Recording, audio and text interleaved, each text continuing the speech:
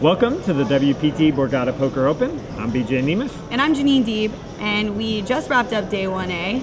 This is a $3,500 re-entry event, but it's a little different this year. Right, we still have two starting days, day 1A, day 1B. Anyone who busts on day 1A can re-register for day 1B. But the difference is, this is the first time in WPT history that if you bust within the first 4 levels of day 1A or day 1B, you can re-enter as many times as you want. Right, now this is a little different than rebuy tournaments that you may be used to in the past. You're not at the same table. You can't just constantly go all in and lose and flood your table with chips. When you bust, you have to leave the tournament area, go back to the cage, re-register, and you're assigned a new random seat. So the strategy is a little different than rebuy tournaments in the past. Right. Something new, something interesting. A little different. Do you know how many re-entries we got today? We had a total of 33 re-entries, and we had a total of 374 entrants for today. So our total field size is 374? Right. All right. 341 unique. So. Okay. One of the players who re-entered was Kenny Wynn, better known as... Super Win. Super Tuan is what you say. Super Tuan. All right. Super Win. That's fine too. Because he's winning today. Well, Kenny busted in the 4th level of the tournament. He re-entered, came back, and did much better. Finished the day with 123,000, so he is well above average. Yeah, he's way up there in the chip. So there is our first same-day re-entry success story. Congrats. Congrats. Now, when the re-entry period ended at the end of level 4, right. One player had just about 200,000 in chips, Lloyd Mandel. This was a huge, nobody else was even close to 100,000. He had 200,000. 1,000 big blinds. Yeah, huge. And in something I don't think has ever happened in a WPT tournament, the midday chip leader had more chips than the end of day chip leader. Yeah, he didn't hold on to the chip lead Yeah, to end the day. dropped. He dropped to about 150,000. Still up there, but... Yeah, he's above Super Tuan. He is.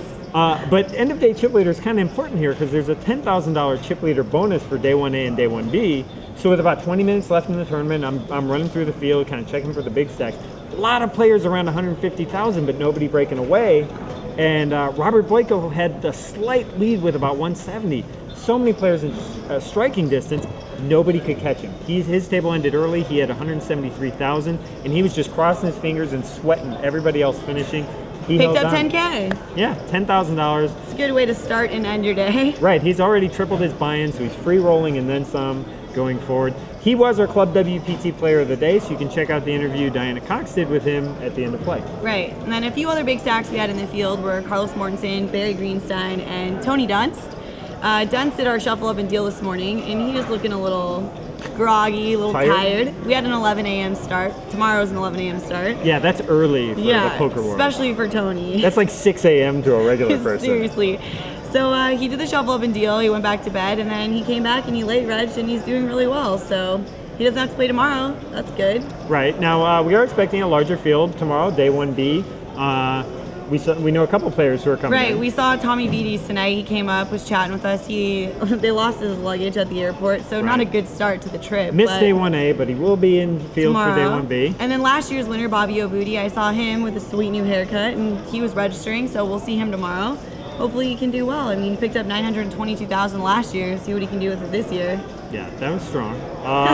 Now, before we wrap this up, I kind of feel like I'm missing something. I feel like we had some kind of bet at Legends of Poker where I kicked your butt because I picked the first time he's ever kicked my butt so far. Sorry, I'm 1 for 2. No. He is 1 for like 6. Okay, whatever. We can keep this going. Josh Hale won the Legends of Poker. I had Josh Hale on my team. I also had runner-up Max Steinberg.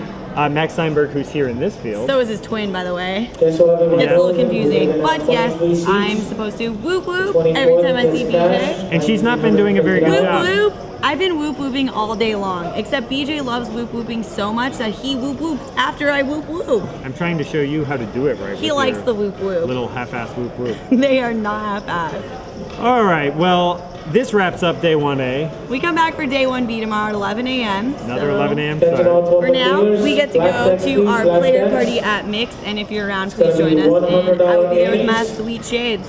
Whoop whoop. 600, 1,200 on the blind. See you guys Shuffle up and deal, please. Shuffle up I and will deal not be before wearing hand you shades. go. Yeah, he will be.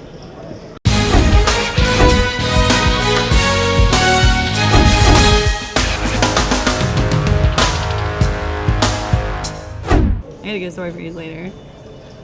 I don't even want to know. I was born with my head, like, my arm was like this. I was like whoop whooping out of the womb.